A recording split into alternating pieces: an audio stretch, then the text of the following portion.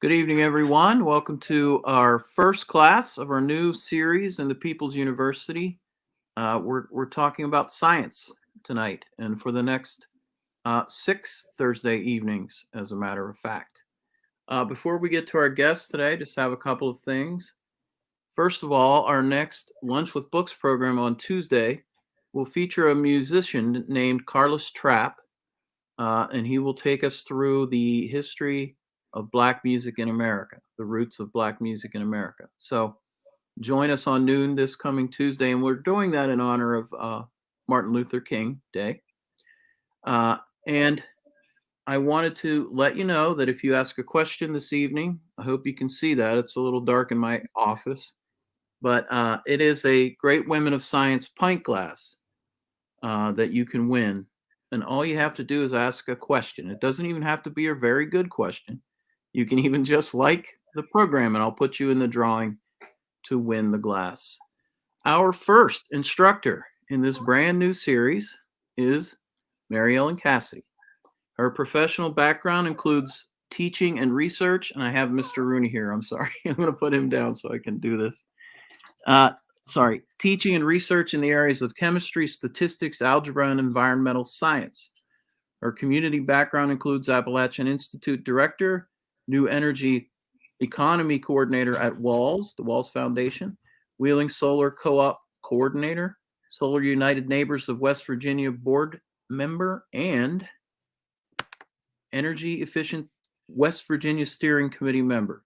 She is currently enjoying her work as a mathematics and science tutor at West Virginia Northern Community College's Academic Support Center. Here is Mary Ellen Cassidy.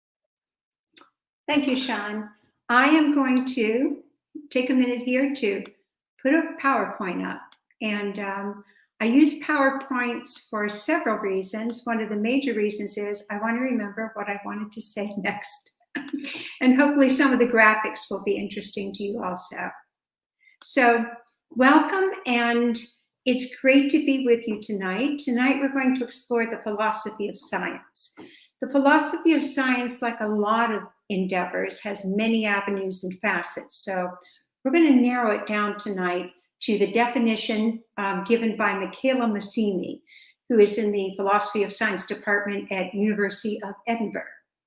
She says, philosophy of science provides an important social function, making the public more aware of the importance of science.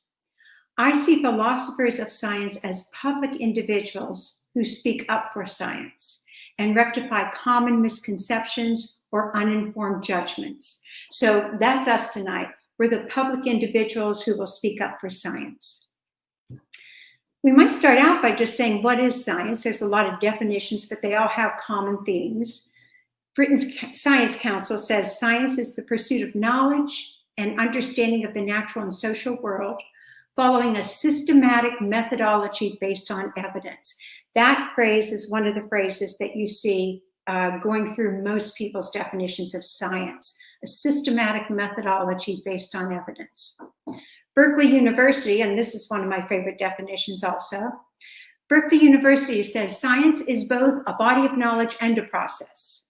Science is a process of discovery that allows us to link isolated facts into coherent and comprehensive understandings of the natural world. I particularly like that definition because it combines it's a body of knowledge and a process. The third remark there on science, I put that in there actually for Patty and Sean. So that's Bernard Shaw, Irish playwright, and that's his comment on science. He says, science is always wrong. It never solves a problem without creating 10 more. I think some people feel that way. So tonight we're going to focus on the science of why we reject science. And this particular cover and phrasing title there, I actually took from a Mother Jones article. And I thought it was very clever to phrase it that way, the science of why we reject science. So some people dismiss science because they feel like it's a cold, aloof endeavor. They know that science doesn't really care about them. Science doesn't care how we voted, what religion we profess, how much money we make. Science doesn't care if we can't emotionally deal with the uncertainty and the mutability of science.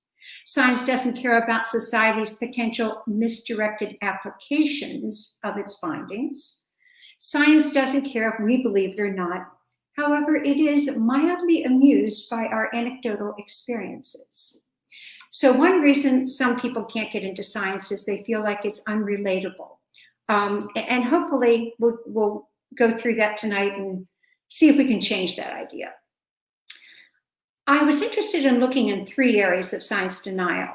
So either where it's formed or expressed. So we're going to look at education, religion, and politics. So education. I always wonder when I think about science denial, how did those people arrive to where they are? What in their early years might have changed their view of what science is and how reliable it could be? And one of those things might be the way society sets up for us who can do science. For some reason, and I'll share a hypothesis of my own, but for some reason, scientists and society have been complicit in telling us that only the best and the brightest can do science, and that's not you. They also seem to reinforce the idea that there must take a special brain pattern or synaptic firings that allow scientists to be science.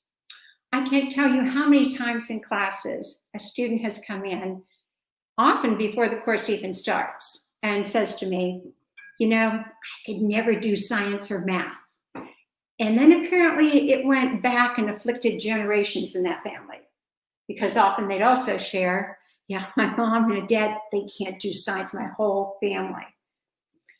Not sure what that message is supposed to be, I can only guess. Society, I find, though, reinforces this idea that only special, elite people can do science. So what would be the harm? My idea is the harm may be that it's saying to people at a very young age sometimes, you are not good enough for science. Science is for the other. And imprints upon them the idea that somehow they are different from science. They're not part of that world. And could possibly lead to feelings or develop attitudes towards science that enables a science denial. How we teach science. Wonder if we are actually enabling science deniers later in life by the way we teach science. Traditionally, when we teach science, we often don't do science, or we don't do it often enough. We're teaching terms, formulas, a lot of fill in the blank, draw the diagram, label it. But I often wonder if we got the top students from all the schools in the area, and we said to them, here's your assignment. We would like you to propose a hypothesis that is testable and falsifiable. Then we would like you to design a controlled experiment. Make sure you take care of all the lurking and confounding variables. Then we would like you to tell us what equipment and instrumentation you would need. Record the data that you collect in a scientific way, noting uncertainty and precision. Analyze that data with the appropriate formula. So choose the right methods and math formulas for that particular investigation. After you analyzed the results of your data, report it in a conclusion that tells everyone the degree of uncertainty, the level of confidence, the margin of error. After you do that, we're going to exchange those scientific discoveries, and we're going to let your schoolmate look at it, and they will be the peer review. They will go through it and try to decide if they can find possible flaws in your methodology, in your reasoning. That would be they would be doing science, right? I think most of our best students would still struggle with that assignment. And it's not because they're not bright, it's because they haven't the experience of doing science. They've had the experience of learning and memorizing and filling in numbers and putting them in a calculator. How does this connect with science denial? I want to postulate the hypothesis that if this is your experience of science in early years in education, where you're simply memorizing, filling in blanks, doing cookbook labs. How could you possibly appreciate the rigors of science? And how could you possibly truly appreciate what science has to go through, what a scientist has to go through, the hoops they have to jump through just to arrive at a valid conclusion? So would our education in some way enable us to later in life dismiss science? It's irrelevant, it's obscure, it's for elite people. A lot of schools are changing and switching around their education to address this very issue. I'd also like to suggest that we work more on scientific literacy with the hopes that people can continue to learn. The whole point really of education is to teach people how to learn on their own, right? To empower them. Stronger scientific literacy. I can't help but think that would help in early years to develop the discernment of which articles you're reading and what reliability you want to assign to them. Too much too fast. This is the other thing that I think puts people off from science in education. If you're a science teacher, you receive a list of objectives that under ideal situations, you will cover so well and so thoroughly, the student will master all of them.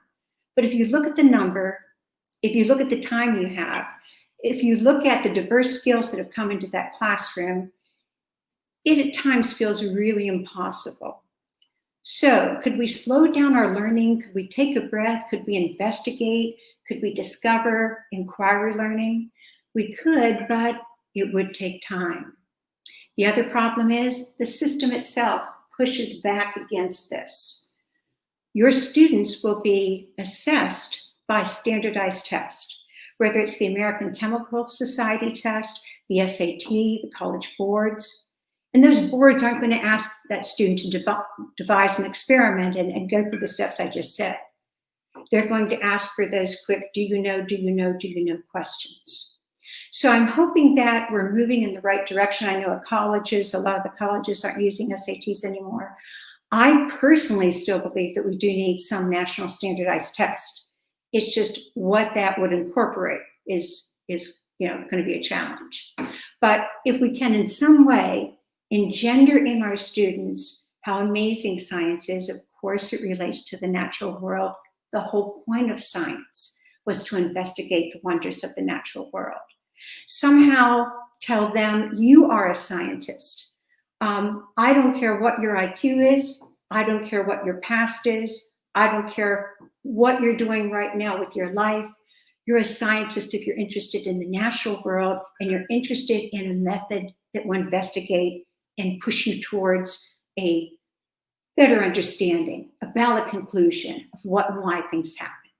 So I would postulate, again, the idea that our education might, in the early years, predispose people to respecting and enjoying science, maybe, for some anyway, help them decide, if I read an article that's talking about a scientific finding, I have some comprehension of it now on a whole other level. Before we leave this, I just wanted you to note on the cartoons on the slide that science itself has its own kind of ranking.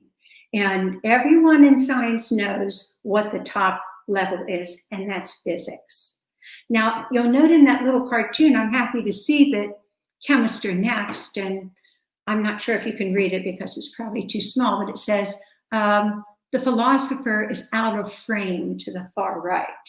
So philosophy of science didn't get a lot of credence in that instance.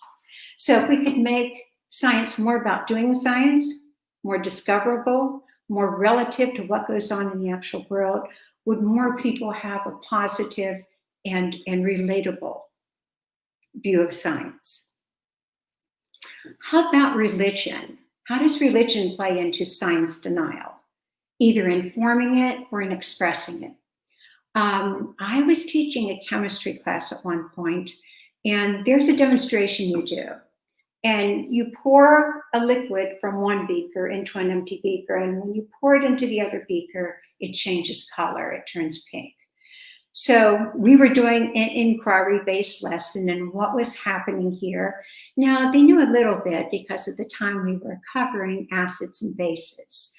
As we did this a couple of times, some student in the back of the room said, wow, are you changing water to wine?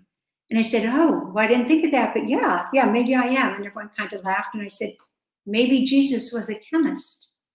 And I actually truly meant this as a expansion of Jesus's resume. I thought, the historical Jesus, how cool would that be if he was a chemist?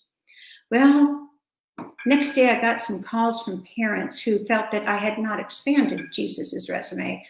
I, in fact, had reduced it. So even in education, you want to be careful about what you're saying about religion and what you're saying about science. And you want to clarify to your students that really science doesn't have much to say about religion, because science only can work with the empirical, real, physical world. It has no rulings or any tools that it can use for the supernatural, or what some people might call the spiritual world. So what happens in science that makes it so appealing, and so appealing to some, but not that appealing to others? What happens in religion that makes it so appealing and sometimes anti-science? Well, in religion, you have people on the top talking to you who you perceive as not only competent, but benevolent leaders. So often in other arenas, like in science, where you just get the hard truth, it doesn't matter if that message is benevolent or not. Now you look at science and you find out that someone is looking after you, you belong, so there's an attraction there. Something else that religion can offer that science can't is certainty. Science doesn't go out to prove the truth of anything. It tells you that there's a high probability that at this point in time, with the knowledge we have, here are our results. Unlike science is not really geared towards certainty. It's geared toward whatever the evidence gives you. Religion, though, can offer that certainty. There's always an answer in religion, and that answer might be because it's God's will, or that's not for us to know. But even the answer that's not for us to know is given in a benevolent way. So that's where, for some people, religion can be much more attractive than science. Now, coexist. Can religion and science coexist? Many people say no, and here's the reason. Science talks about the theory of evolution. If you are talking about, in religion, the theory of intelligent design, then you pretty much have negated much of the science that's in evolution that talks about the scramble of the genes and natural selection. Science has never seen evidence of any entity stepping in design. So can those two things coexist? A lot of people would say no. How about science's findings on transgender people? They find that you're born that way, right? Just like you're born with blonde hair or black hair, you're going to be tall or you're going to be short.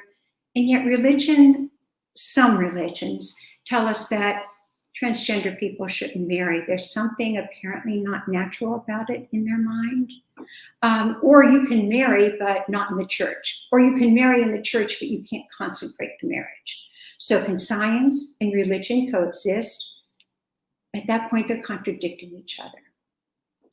What about this? Here's what I think about sometimes when I think of science and religion coexisting. You know that beautiful gospel song, "His eye is on the sparrow, and his is God," because in at least Judeo-Christian religions, God is a he. So his eye is on the sparrow. And in church, when you sing that song, there's a very comforting, consoling. Someone is watching over you and taking care of you. His eye is on the sparrow. So say you're a religious person, you come out of church, you go home, walk into your yard, and you see your cat. His eye is on the sparrow. You have to ask yourself, who's going to win this game? Is God going to protect that sparrow? The cat going to get him? And depending on that answer, and you might say, It depends. You say that, you're already using the scientific method. So can science and religion coexist? In some arenas they can, in other arenas they clash and even cause a problem. How about science denial in politics? Let's look at a study, and let me give you some of the background on this. Let's see. Okay. Article published in the Advances in Political Science, and a complementary one by the American Academy of Political and Social Science, and another complementary one, Pew Survey, complementary meaning they seem to be telling us the same thing. They tell us this kind of information about science and politics. We tend to think that science deniers, if we could just give them the information, if they could just see what we see, read what we read on the scientific end, that then they would understand and accept what's going on with evolution or climate change or vaccines. And sometimes we think, well, if we got them all that information and they don't agree with us, they still don't see the scientific evidence, then maybe they just don't have good reasoning skills. These reports, these studies say, no, actually, that's not true. That science deniers tend to be very well informed and reasoned. Political allegiances and free market ideology are what decides who is a science denier. And I'd like to read you just the phrasing of this from these studies. Neither knowledge nor rationality predicts the positions people take in scientific debates. Rather, it is their political allegiances, and especially support of free market ideology that are predictive. Interesting. Several studies saying the same thing. Also interesting, in surveys, they find that self-described conservatives, the higher the education, the more likely they are to be effective science deniers. Democrats and independents, the higher the education, the greater the tendency is for them to accept science. Interesting. You might be thinking a couple of reasons why that might be true. Also, some people say, well, you know, science now, it's like a war on science. I was reading an interesting article recently that said, actually, deniers don't have a war on science. They've created their own science. In some ways, they expect science so much that they've developed their own science, their own methodology. And in a true science perspective, we might see it as kind of a pseudoscience. But isn't it interesting that they desire very much to have their own science, not just straight out denial? Deference to experts. One of the interesting things here too, I find, is that elitism plays into this. And remember when we talked about education and elitism? Elitism plays into which experts you defer to. If there's a perception that elites are giving stay-at-home orders, and elites aren't actually that affected by them as much as working class individuals, then there can be a perspective of unfairness. And perceptions of unfairness are one of the biggest single drivers of anger. It turns out that if you are the expert and you're giving this result of your findings, and you give those results without any concession to, I know this is going to hit some people, I know it's going to hit their businesses, affect their income. So as a scientist, I don't have that particular skill. I'm not in that arena, but I would like to work with anyone that would be willing to work with science and figure out what would be the best way to address this, not only scientifically, but using the science of economics to put this together. So give some acknowledgement that the information you're giving may sound very elitist, depending on the way the message is delivered. And it goes on to say that people will get angry now with this perception of unfairness of the message you're relaying to them. It's very natural to fall into an angry state because fear is so aversive experientially. So I know a lot of people say, oh no, love is the most driving force in emotion. Many studies have said no, fear is the strongest in driving emotion. If I can be mad at somebody or mad at something, it feels like I have a little bit of control at least. Anger also promotes a feeling of certainty and energizes people. I thought about this, I'm angry about it now, I'm lashing out. There's a feeling of control, a feeling of empowerment. Acting out anger actually fuels anger. Isn't that interesting? Didn't you always think, well, let them just get it all out, they'll calm down, we'll talk. But it actually fuels more anger, whether it's outright or insidious. So scientists and politics is not as simple as we think. It's not as simple as just if we could only get them to look at the facts and reason.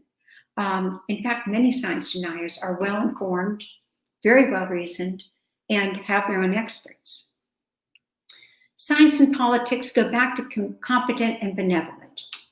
Conservatives do not defer to many scientists because they see them as competent but not benevolent. Think back to that free market ideology threat. Liberals defer to most competent institutions and individuals. Again, they are more into the, I'd say, regulated capitalism view versus the complete free market. So if the findings are benevolent to them, of course, that would be easier to accept. Both have high sensitivity to testifiers. So in other words, if the person delivering the information is on your side, in your tribe, in your group, it will be so much more quickly assimilated. Something we kind of know, but it's interesting that studies actually show that. Tribalism. I want to just jump to the third part there. Tribalism, a choice, who they are and what science knows. So many studies say the same kind of thing about tribalism and trying to convince or talk to a science denier. If the identity that people share in their group becomes entangled with some position, and that position is at issue in science, then you're making them choose between who they are and knowing what science knows. And if you put to them that choice, then people are going to always resolve in favor of being consistent with their tribe, with their identity. And it goes on to express that strong need for the tribalism, going back to evolution. You stayed with your tribe, you didn't go out alone. You identified the threatening tribes as others, and that's very deeply ingrained in the human species. So if you're talking to someone, you want to try to reach some kind of agreement on a scientific issue, it's best not to frame it in terms of you're a conservative, you're a Republican, you're a Democrat, but instead terms of what do you think? Where did it all start? Where did you first learn about this? What does neuroscience say about politics and science? Studies from, let me get you the source of this here, articles published in Scientific American, studies by Van Bevel and Pieria at New York University, and Trends of Cognitive Sciences. Here's what they're telling us. They're telling us conservatives desire security, predictability, and authority more than liberals do. Liberals are more comfortable with novelty, nuance, and complexity. And again, if you're thinking like I'm thinking, you want to go back and read that article to get more details on that, right? Some more interesting information, neuroscience-wise. Gray matter making up the anterior cingulate cortex tends to be larger in liberals. This is the area of the brain that detects errors and resolves conflicts. Liberals are more attentive to incongruent information. The insula and anterior cingulate cortex are activated. So when people are presented with information that is contradictory or doesn't make sense, liberals are more attentive. They'll spend more time of it, and this part of their brains will light up. The amygdala is larger in conservatives. That's the area that helps regulate emotions and evaluates threats. Isn't that interesting? Larger amygdala is associated with a lower likelihood to participate in a protest. Larger volume amygdala are also associated with that alert item, be alert to potential threats. So it's interesting that in the studies, this larger amygdala idea and the idea of being on guard for threats and see if you think that fits in with your worldview of scientists and science deniers. Basically, it comes back to, on those terms there, cognitive dissonance, motivated reasoning, confirmation bias, system justifiers, I feel could be all wrapped up into one phrase. Good people don't do bad things. So how do you resolve two simultaneous thoughts in your head that they're contradictory? In other words, no, I don't want environmental refugees to have to leave their home with their children and live in these refugee camps where sometimes there's not enough food, they're taken advantage of. No, I don't want that. I'm a good person. Let's see. So that would entail my speaking up for a new energy system to stop putting all the carbon dioxide in the atmosphere, causing climate change. That's going to be tough because my family works for the fossil fuel industry. We are also good people. So there's a dissonance. There's two thoughts that seem to be contradictory you've got in your mind. You can resolve it in a number of ways. You can just learn more on each end and find out that is there a way where they do come together? Or you can simply stay in denial and do what is called motivated reasoning. So what I'm going to do right now is I'm going to be motivated to look for articles that say, in fact, climate change isn't caused by humans. Climate change has nothing to do with the threat of the refugees, a motivated reasoner. So I've got a look of research here that will confirm my bias, confirm what I need to have to know to believe that I am a good person. And another way they'll phrase this is you're a system justifier. So what I think we have to face, and this was hard when I read it for me to accept it first.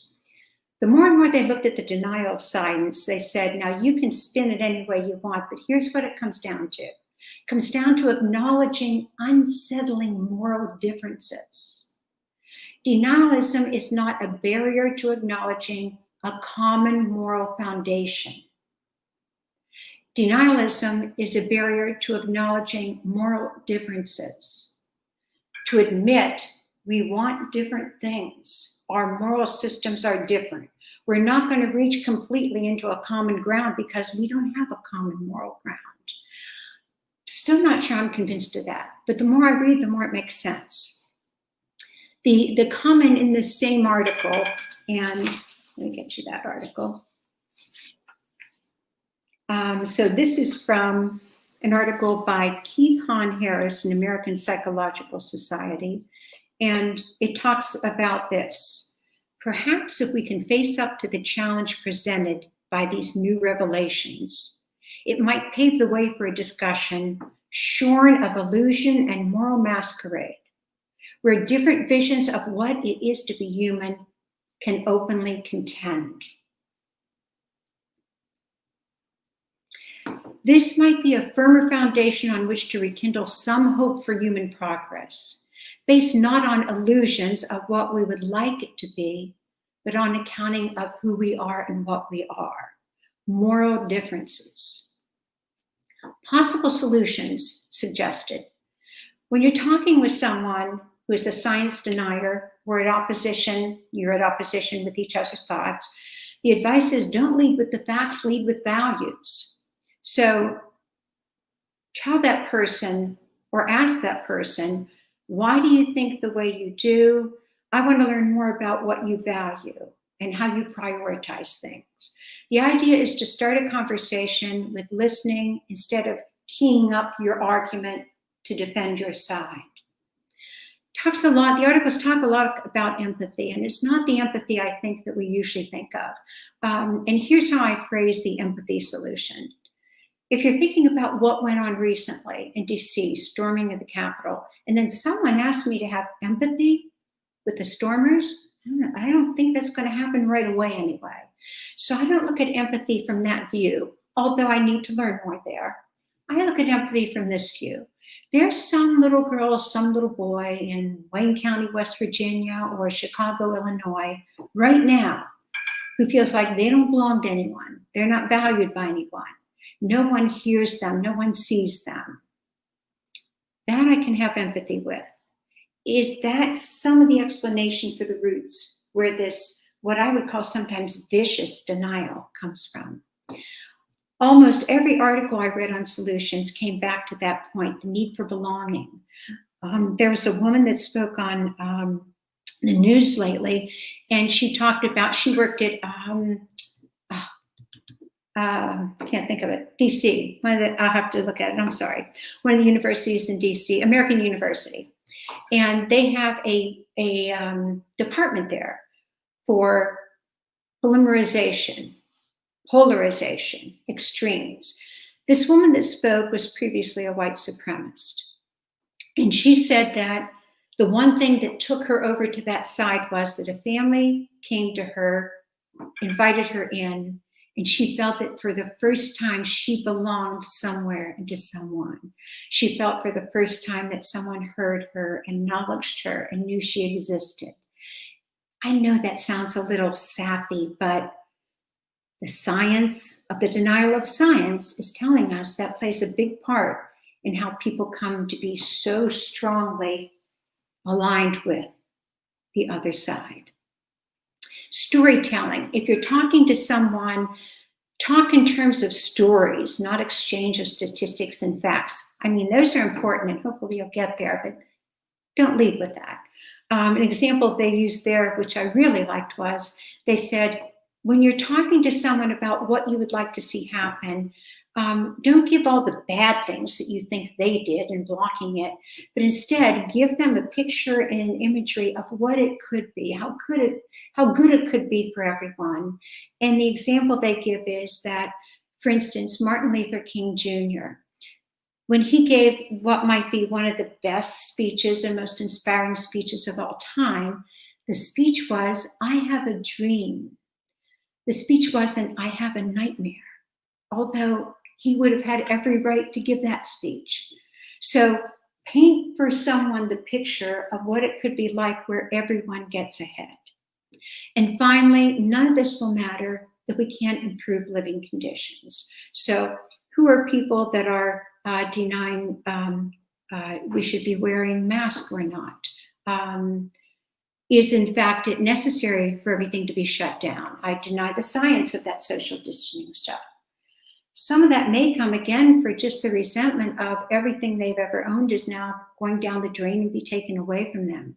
How do you convince someone to think about science, whether it says about medicine or the stability of buildings, how you use your energy systems? You're trying to sell them on the idea of a zero energy building, which is completely possible scientifically, but they can't relate to that. They can barely have the house they have now. So if we're going to get people to think about science on a higher level, you have to address the needs they have right now. What are their living conditions? That plays heavily. That and the need for belonging are the things that kept coming up for how do we prevent people to getting so, what I would say, viciously argumentative about science. These are just some articles I would recommend because they've been in the news lately. Pharmaceutical supplements. There's some great articles on Prevagen and Golo. And spoiler alert, there's no scientific, very little scientific evidence behind them that isn't company funded. So you might want to look that up. Prevagen, there's a good article from the Harvard Health blog. And Golo, there's an article by Coffee in the US News World Report. You might want to look into that. Coronavirus is a black swan. It turns out that we should have seen this coming. The coronavirus was not really unpredictable. In fact, apparently, it was in a lot of books and media. It was even in TED Talks. Bush and Obama talked to NIH about it, the exact type of thing we're going through now and how to prepare for it.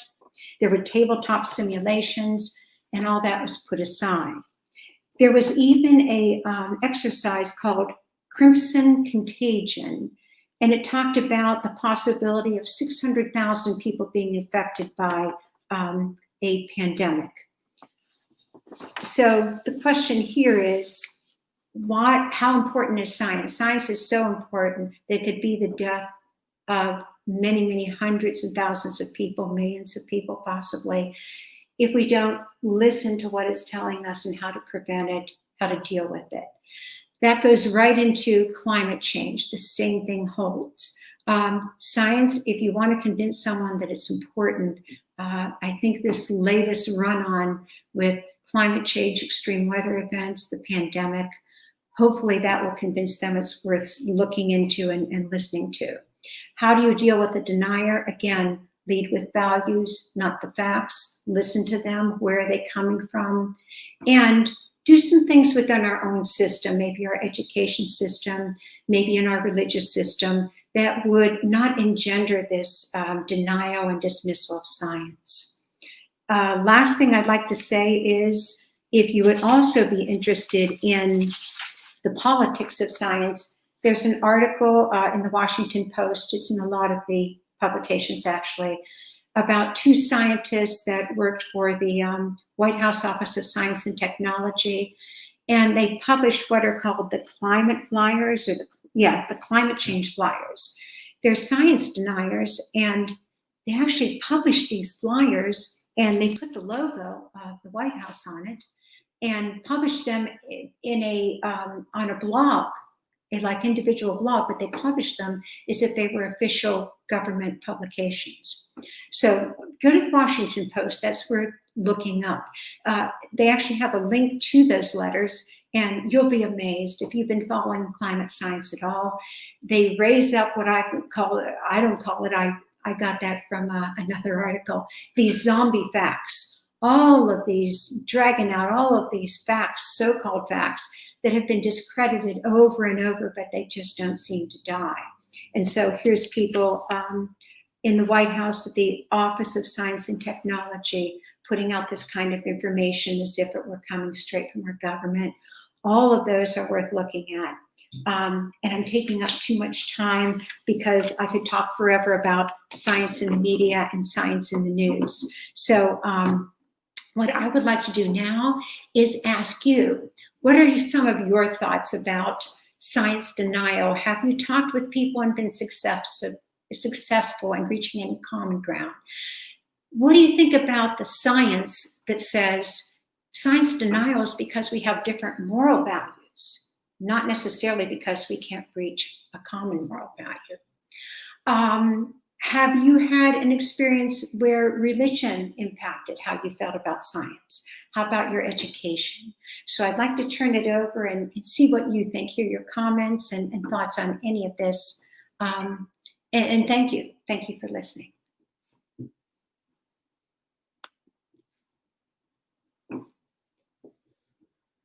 Let's see. Good comment. Seems to me your initial definition of science would apply to any academic discipline. 100% agree. I would say any academic discipline that studies the natural empirical world. And that's what I think differentiates science from, let's say, religion. So religion can also use a very methodical, systematic principle, but it's not examining or using the rules that science has for the empirical world. But very good point. Yeah, you don't have to be in science to be using the scientific method. Math and language arts take precedent over other subjects like science. Language and lack of arts take precedence. I'm interested because it says math and language arts. My experience has been that language arts actually do take precedence, but you know what? That might be a bias. That might be because I value math and science so much that I'm seeing it that way. I've never read studies or documented it, but it's an important thought because it's telling our younger people what we value most. And I don't know the answer. I've not read information on that, but I'd like to learn more. That's an important thought. Oh, thank you. One of our presenters has agreed with me that Jesus was definitely a chemist. Yes. I mean, think of all the people, all the students we could bring in if we could convince them that that Jesus had a love and reverence for science. And I think, the historical Jesus, there might be some things we could look at there. I'm a theologian, and I think science and religion have a lot to say to each other. So did John Henry Newman in his idea of a university. And I do know that, and I'm not a scholar in religion, but I do know that people of very high prestige in science and people very well respected in religion all the time say, yes, of course, there's a meeting where we can both lift up humanity. I think the people that say it can't coexist are simply coming from the very technical points of if you're someone who believes in intelligent design, then by virtue of that belief, you're denying what evolution teaches in natural selection. So I think they're getting down to core details like that. But I absolutely do know that much. I'm not a specialist in religion, but I do know that people in those areas of high esteem have said, of course, they come together and together can lift up mankind. Thank you for that. Let's see here. Science without religion is lame. I love this.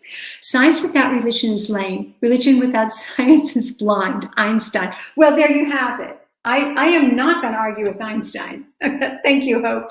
That was a great comment. Thank you.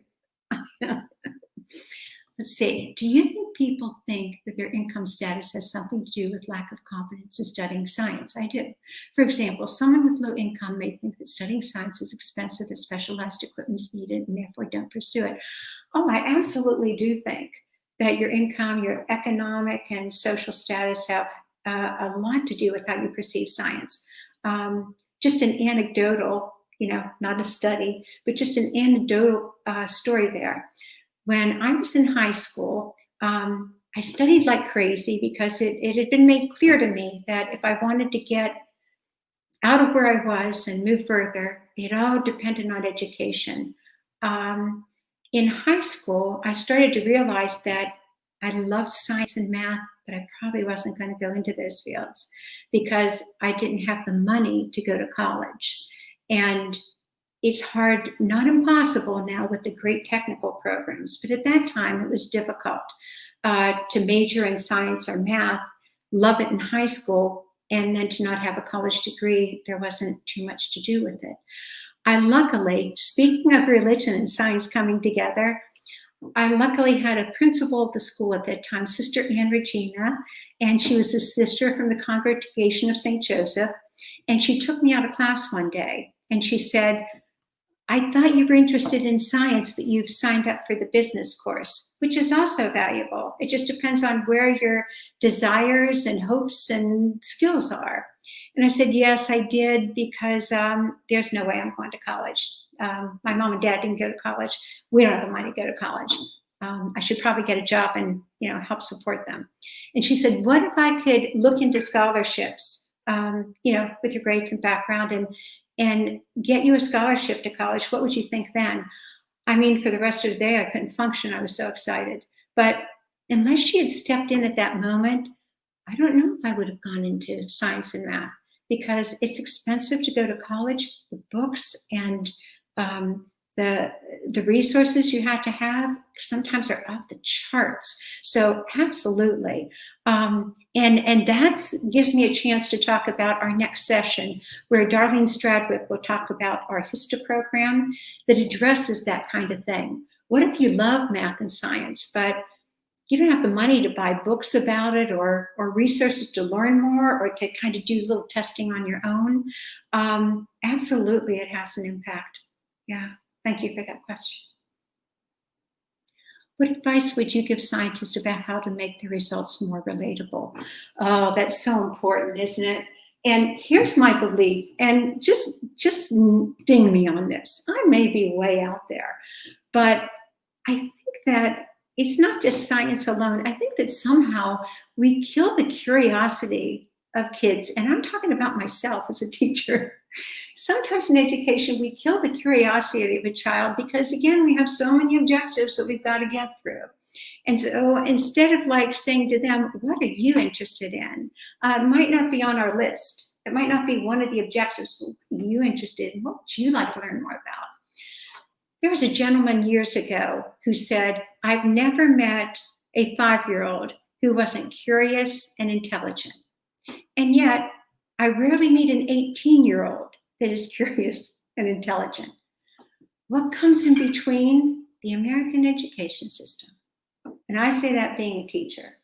And I think we have to look at this whole system where we're not developing a curiosity. So should scientists in some way be able to make their work relatable? Absolutely. But I'm going for a higher level. Wouldn't it be cool if just about everything was fascinating to you? How is that not true? How do you look at the natural world and not find it fascinating? How do you come across a scientific study and not say that's remarkable? So I think that making it more relatable is more relatable to your everyday life. And let's step back to the social and economic problems too. Yeah, that's great for me to promote curiosity, and isn't everything, don't you want to learn more? But if you're just about making it through the day and you don't know where your next meal's coming from, and your parents are working 2 jobs, that's a hard sell. So I think that's a really important question. I don't have the answer, but I do know we have to figure out a way to engender curiosity and a love of learning, no matter what the students exercise. And then when they grow up, I think it's more likely that they will find just about everything relatable because it's about the world they live in. And I'm really curious, our next session, I'm really curious to hear the other speakers and their answer to that. I obviously don't have a good answer to that. Again, really important question. It seems today people just argue. There is very little discussion. I stay silent because if I say anything back, I'm just adding a log to the fire. I hear you. That's out of control. Do you think we can come together and really discuss anything? You know what? The more I was reading about this, about empathy, and how to relate to someone who doesn't think the way you think, and how you start with the questions, I would recommend, there's an article on something that's called, I had it on the slide, but didn't really address it much.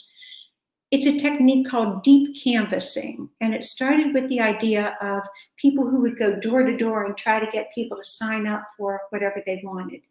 And they learned certain techniques on how to talk to people. It pretty much goes back to that old saying, talk like you're right, listen like you're wrong. And don't listen to just think of what you're going to say next, but listen to what they're really saying. And maybe just as important, listen to what they're not saying. I really was fascinated in the study that said people react and they stop listening when they feel they're threatened, that their social status or their economic status is threatened. So I think when we talk to each other, we have to talk on terms of, where are you coming from? When did you first feel like that?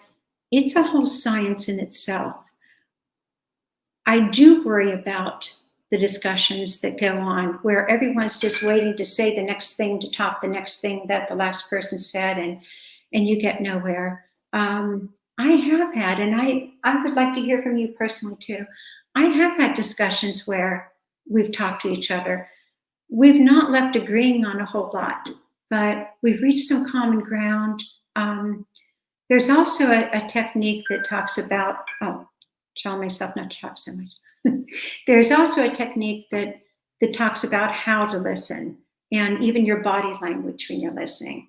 And you would hope that these things were normal, right? That you would just human to human be able to converse this way. But I think the stage we're at in society, it's almost like we'll have to learn that technique and observe others who do it well, and kind of say to yourself, wow, how did they get that person to really talk to them? How did they get that person to get to the heart of what we're talking about?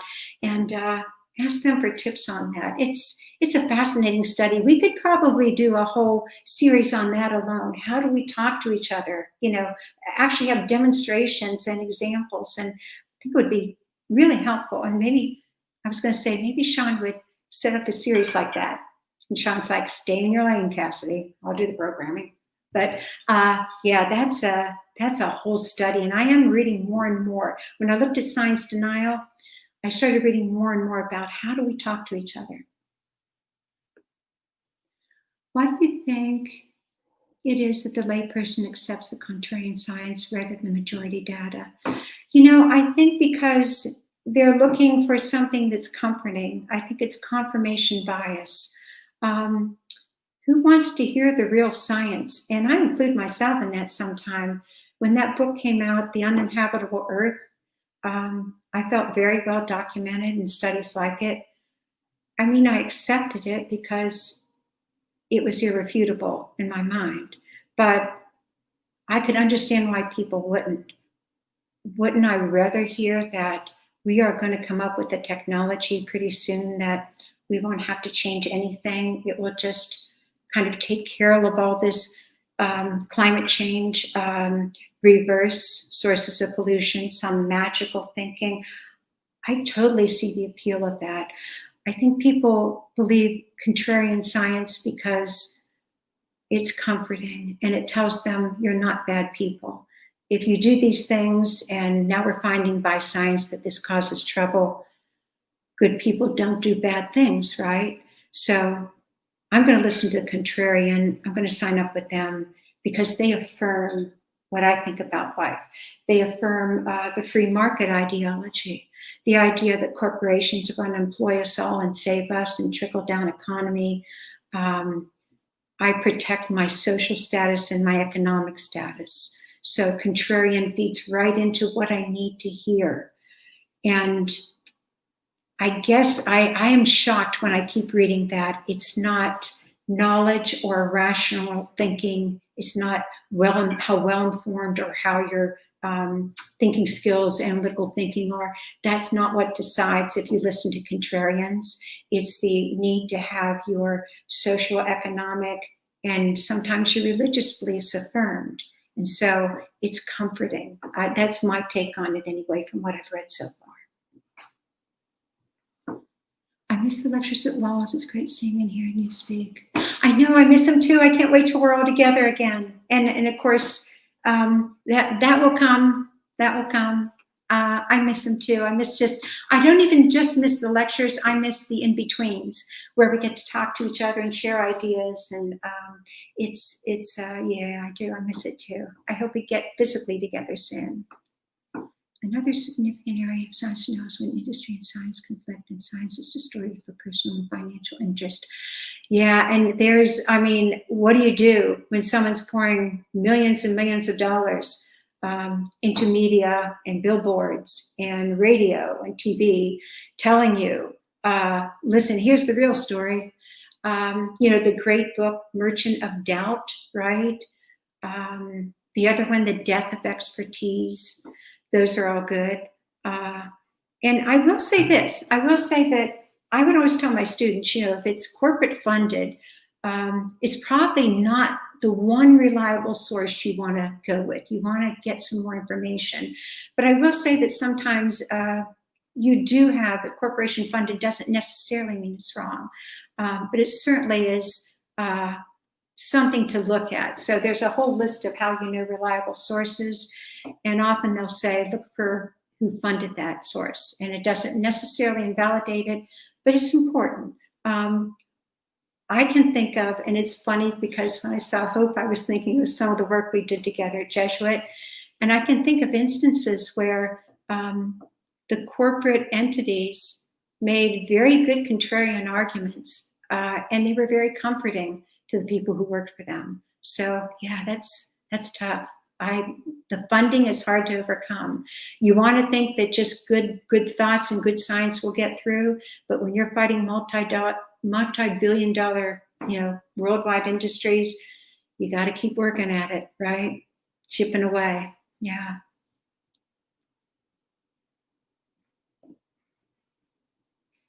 Oh, I see Sean's back. Yeah, I'm here, and I'm sorry that it's so dark. I'm trying to put a light on, but thank you very much. I'm going to let you off the hook now because you've done an excellent job. And thank you. I wanted to show you this because Teresa says she hopes we'll still go live when we go back to in person. And I think that's something we have to consider. If there's one benefit to this tragedy, the pandemic, it is that we've learned how to do things differently. And I think we've been able to reach people all over the place that we weren't able to reach before. So I think that is a side benefit and something we have to consider going forward. So just wanted to say that. Oh, wow. Here's another question about flat Earth. I'll let you handle that. And then that'll be our last one. That reminds me of something I wanted to throw in here anyway. And it's just a quick little comment, but it may not be directly related to flat Earth, but it's a comment of Anthony Fauci about people having so much trouble with the coronavirus. And if I can't find it quickly, I'll just give up. And we can post it afterwards. We'll post it afterwards, but essentially he's saying that kind of contrarian, I'm with you. I mean, come on, right? So he's saying that what he's realizing, what I'm realizing is that this is a poke in the eye of the other side and the experts. And to me, the flat earther is the ultimate poke in the eye. I mean, I can see, no, I can't say. I'm going to try, and I'm going to try to learn more and talk more. But it relates to, I think, what Dr. Fauci was saying is sometimes the disbelief or the denial is simply a poke in the eye at the people who they see are trying to take authority over our system. And they've got to fight back. And that, to the extent where they'll sign up with, something that remarkable in that worst way. Yeah. Okay. And I'll reserve comment as well. But I do want you to read this because it's very nice.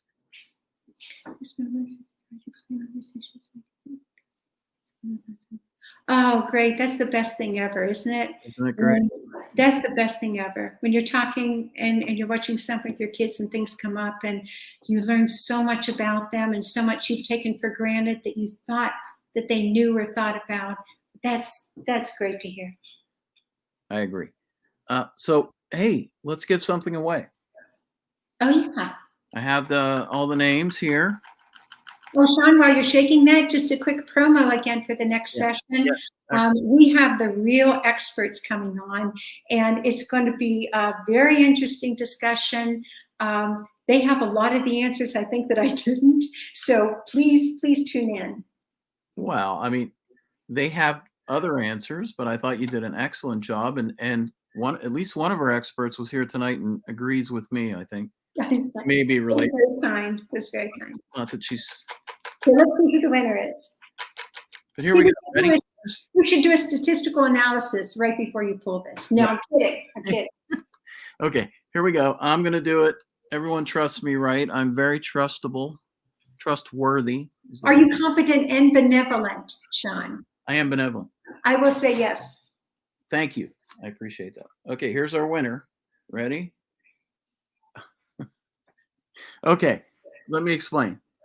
Normally, I would say this is disqualified because it's someone related to me, but I thought it's only fair, since we're doing science and I'm so trustworthy that we let even my own mother, who is the winner tonight, Mary Ann Duffy, you just won the Great Women of Science pint glass. That's great. Congratulations. That's great. Okay. Thank you. Let's see. There's another comment here. Kicking science butt. Oh, that's my Daniel Metz. That's my nephew, who I love. Thank you. Miss you.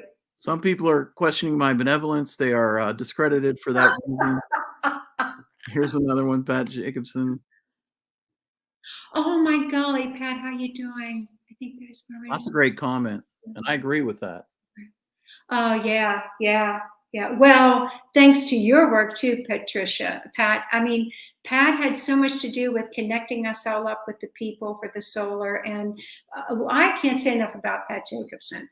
Most remarkable person. I'm sorry we lost her to Virginia, but. And that is unfortunate, yeah. Yeah. But at least she's still out there working hard for the good things. I have no doubt. Yeah. Like Mary Ellen said, next week we will have a panel discussion with all of our instructors and our guest, Darlene Stradwick. And we'll talk about all these subjects again and get different perspectives and different input. And we invite you to be there. Thanks, everyone, for attending. See you next week. Congratulations, Mom.